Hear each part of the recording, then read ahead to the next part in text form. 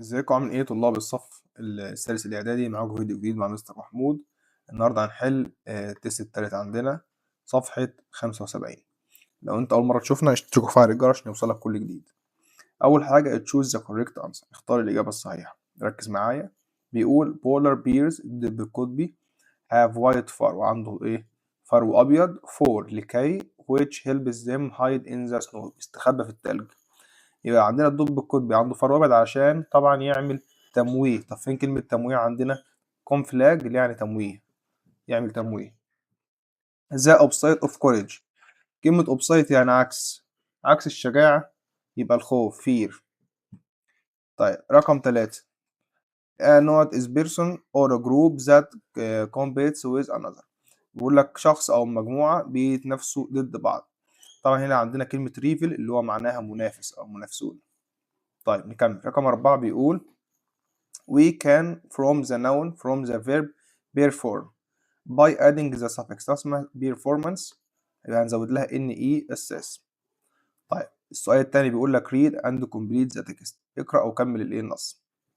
I recently read a story about a man who went on a solo motorcycle ride across Egypt. بيقول لك أنا لسه دلوقتي شايف قصة عن رجل كان في رحلة لوحده بالمدرجة النارية أو الموتوسيكل عبر مصر. He was not to prove he could do it alone. طبعا هو كان طبعا هنقول اول حاجه ان هو كان عنده عزيمه او اصرار ان هو يوصل. يبقى determined معناها عزيمه او اصرار، تكون دي رقم واحد عندنا، ان هو يوصل لوحده. even thought it was، الناس كانوا مفكرين ان هو طبعا طبعا it was not، هتبقى it was challenging تحدي، ده بالنسبه له تحدي. in the some parts the roads were wet and، كان في بعض الأجزاء الطريق كان مبلول. and طبعا طالما مبلول يبقى هيزحلق، اللي هي slippery اللي هو معناه زلق. طيب نكمل. بيقول عندنا but he kept going، لكن هو استمر. when he met local people، لما قابل ناس محليين. they showed him great، وروا له عظيم. and offered him food and help. يبقى طبعا great hospitality، طبعا أظهروا حسن الضيافة. يبقى كلمة hospitality معناها حسن الضيافة، قدموا له الطعام والشراب. نخش بعد كده على read the following text، تعال نقرأ النص بتاعنا ونفهمه. بيقول لك a treasure hunt is a game where players follow a series of clues to find a hidden prize. بيقول لك لعبة صيد الكنوز هي طبعا معروفة سلسلة من الألغاز بتجد طبعا الجايزة المخبأة. treasure hunts are popular in schools to make learning fun. بيقول لك اللعبة دي أو لعبة الكنوز دي معمولة أو مشهورة في المدارس عشان يخلي التعليم أسهل أو ممتع. teacher may hide، المدرسين بيخبوا كارتس اللي هو كروت around the class، حوالين الفصل. each with a question، كل كارت بيكون فيه سؤال. when students solve the question، لما الطلاب بيحلوا السؤال they get the next clue، بيدوروا على اللغز اللي بعده. this activity، هذا النشاط encourage teamwork، بيشجع العمل الجماعي. problem solving، وحل المشكلات. and quick thinking، والتفكير السريع. كمل بيقول in history، في التاريخ real treasure hunts were often connected to explorers and brides. بيقول لك في التاريخ زمان في الحقيقة جماعية الكنوز كانوا طبعا يتواصلوا مع طبعا اللي هم المستكشفون والقراصنة. many legends tells about veterans hiding gold on island and brave sailors search for it. بيقول لك كان في قصة خرافية أو كان الأساطير زمان بيقولوا إن القراصنة كانوا بيخبوا الذهب في جزيرة، والجنود الشجاع هم اللي كانوا بيوصلوا ليها. every today، اليوم some people search for lost treasures. بيقول لك الأيام دي في ناس دلوقتي بتدور على الكنوز الضائعة such as second ships or valuable artifacts، زي السفن اللي هي المحطمة أو الغرقانة في المية، أو القطع الأثرية القيمة. A treasure hunt is more than just a game، it builds skills. بيقول لك لعبة صيد الكنوز ليست مجرد لعبة، بل هي تنمي المهارات. طيب نخش على صفحة 76. أول حاجة a treasure hunt is a game where players follow، بيتبعوا طبعا بيتبعوا اللغز اللي هي كلمة clue. يبقى عندنا كلمة تتبع اللغز اللي هي كلمة clue. طيب اللي بعده بيقول عندنا in schools treasure hunts are used to making learn. بيقول لك في المدارس كانوا بيخلّوا اللعبة دي عشان إيه learning إيه fun يخلّوا التعليم ممتع. رقم 3 the underline word valuable كلمة valuable معناها قيّم، فإحنا عايزين كلمة معناها قيّم، هتكون having a high price or worth له إيه ثروة أو قيمة عالية.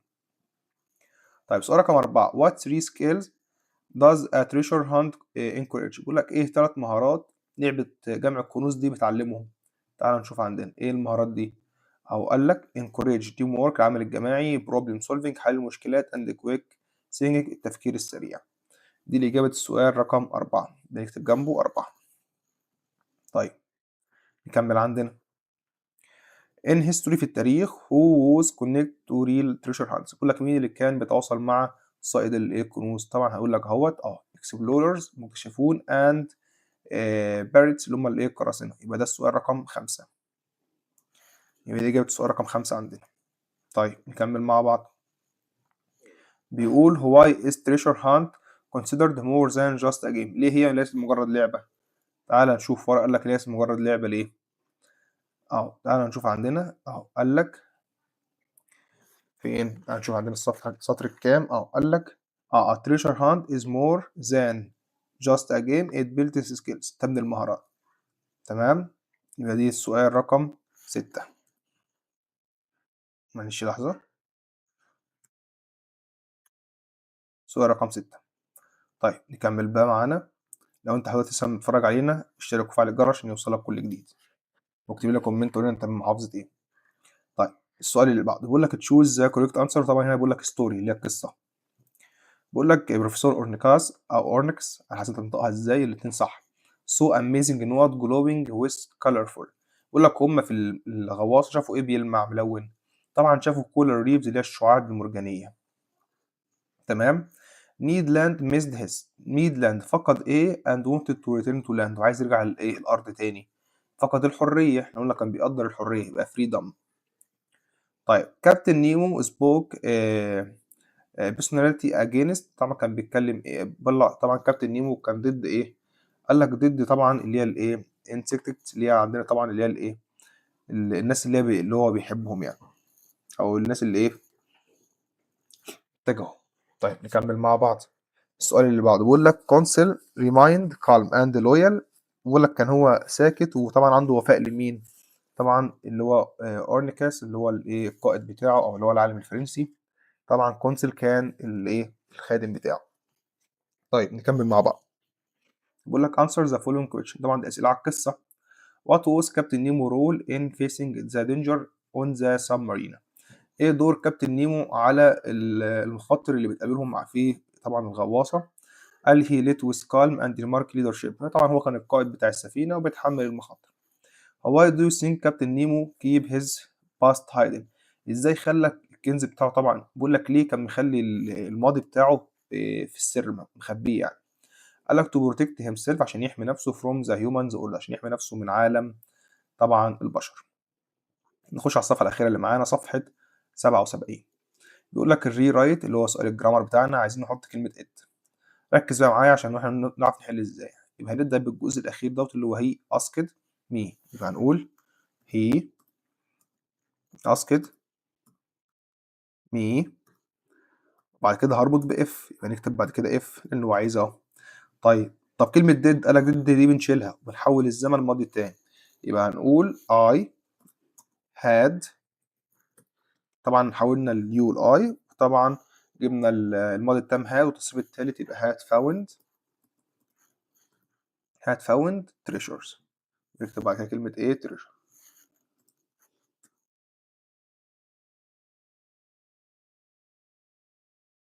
طيب السؤال اللي بعده عايزين نحط كلمة after يبقى هنكتب وعايزة الايه كابيتال يبقى عايزة في أول الجملة يبقى هنكتب after. طيب after بيجي وراها زمن ايه؟ قال لك بيجي وراها ماضي تاني يبقى احنا هنجيب ماضي تاني من الجملة الأولانية. يبقى هنقول she had التصريف التالت اللي هو زي ما هو finished her homework.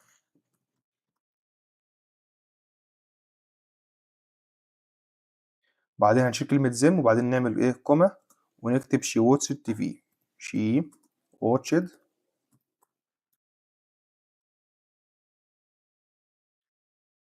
watch الTV. طيب الجملة اللي بعد كده عايزين كلمة whose. ركز معايا، كلمة whose يبقى هنشيل ضمير الإيه؟ الK ده اللي هو كلمة his، ده هيتشال، ده هنشيله. طب هنعمل إيه؟ قال لك هنحط whose مكانه، هنحط whose أهي، هنحط whose أهي.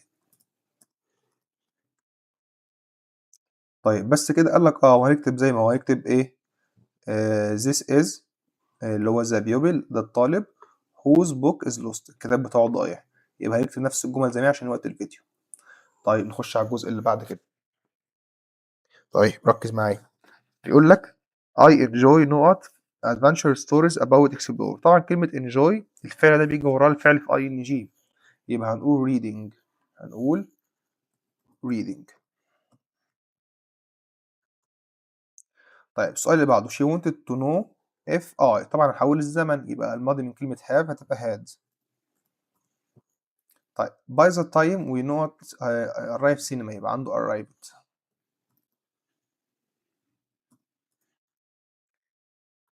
حول الزمن لأن by the time بيجي وراها ماضي بسيط تبقى arrived.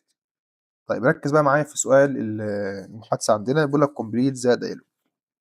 بيقول لك هاجر and فاطمة are at the bus stop، هما في محطة الإيه؟ الأتوبيس. good morning فاطمة، صباح الخير يا فاطمة. where are you going، هنروح فين؟ قالت لها good morning هاجر I am going to school، هروح المدرسة but the bus seem late، الأتوبيس اتأخر. سألت عندنا سؤال، قالت لها yes it usually comes at 7، يبقى هتقول لها هو بيجي إمتى؟ أو مثلا ممكن نقول does، he usually does it. مثلا ممكن نقول إيه usually عادة،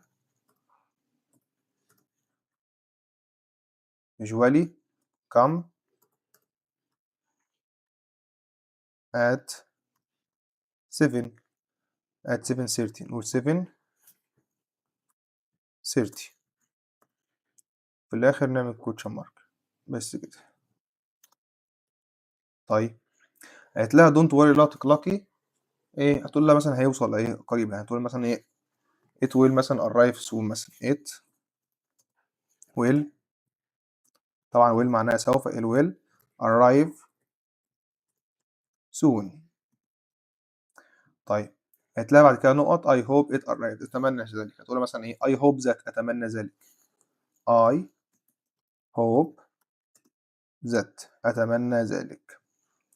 وقالت لها if it doesn't arrive، لو ما وصلش we can work together to the next station، ممكن إيه نروح مع بعض مشي للمحطة اللي إيه الجاية.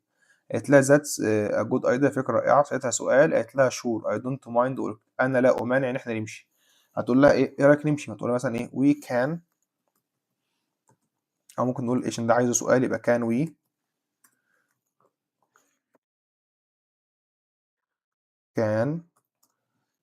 we walk نمشي to station أو to the station أو next station أيا يكن. أو ممكن تقول لها do you mind، هل تمانعي إن إحنا نروح لإيه المحطة الجاية ماشي؟ قالت لها مش مشكلة، هتقول لها في الآخر مثلا إيه أوكي مثلا. كده وصلنا لحد آخر الفيديو، لو عجبك متنساش تشترك وتفعل الجرس عشان يوصلك كل إيه جديد.